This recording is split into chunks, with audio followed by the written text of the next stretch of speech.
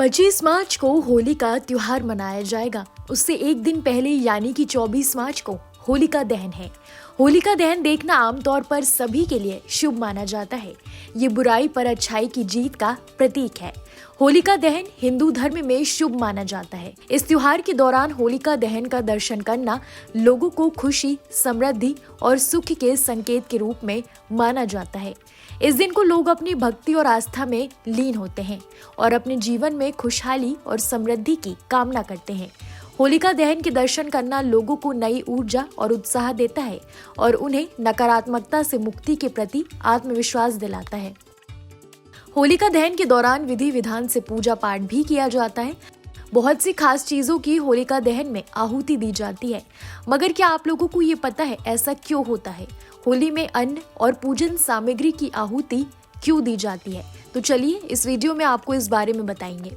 होलिका को अग्नि को यज्ञ का प्रतीक माना जाता है। यज्ञ में अलग अलग अन्न, पूजन सामग्रियां और औषधियों की आहुति दी जाती है। ठीक इसी तरह जलती हुई होली में भी आहुतियां दी जाती है। पुराणों के अनुसार हमें जीवन के लिए जरूरी सभी चीजें प्रकृति से ही मिलती हैं और जो भी चीजें हमें प्रकृति से मिलती हैं वही चीजें हम भगवान को समर्पित करके आभार व्यक्त करते हैं।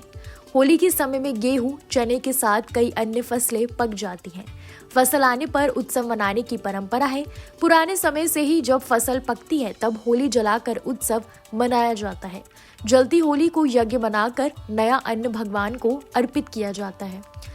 साथ ही ज्योतिष शास्त्रों में कच्चे सूत को बेहद पवित्र माना गया है।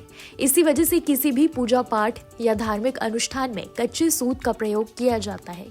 होलिका की चारों ओर कच्चे सूत को 7 या 3 परिक्रमा करते हुए लपेटा जाता है।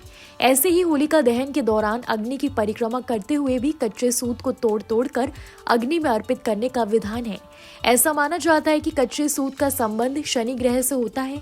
इसके अलावा कच्चा सूत को बीमारियों का नाश और सभी बाधाओं को दूर करने वाला कहा जाता है। ऐसे में होलिका पर कच्चे सूत लपेटने और होलिका दहन की आग में कच्चा सूत अर्पित करने से कुंडली में शनि की स्थिति मजबूत होती है और साथ ही शनि दोष से मुक्ति मिलती है।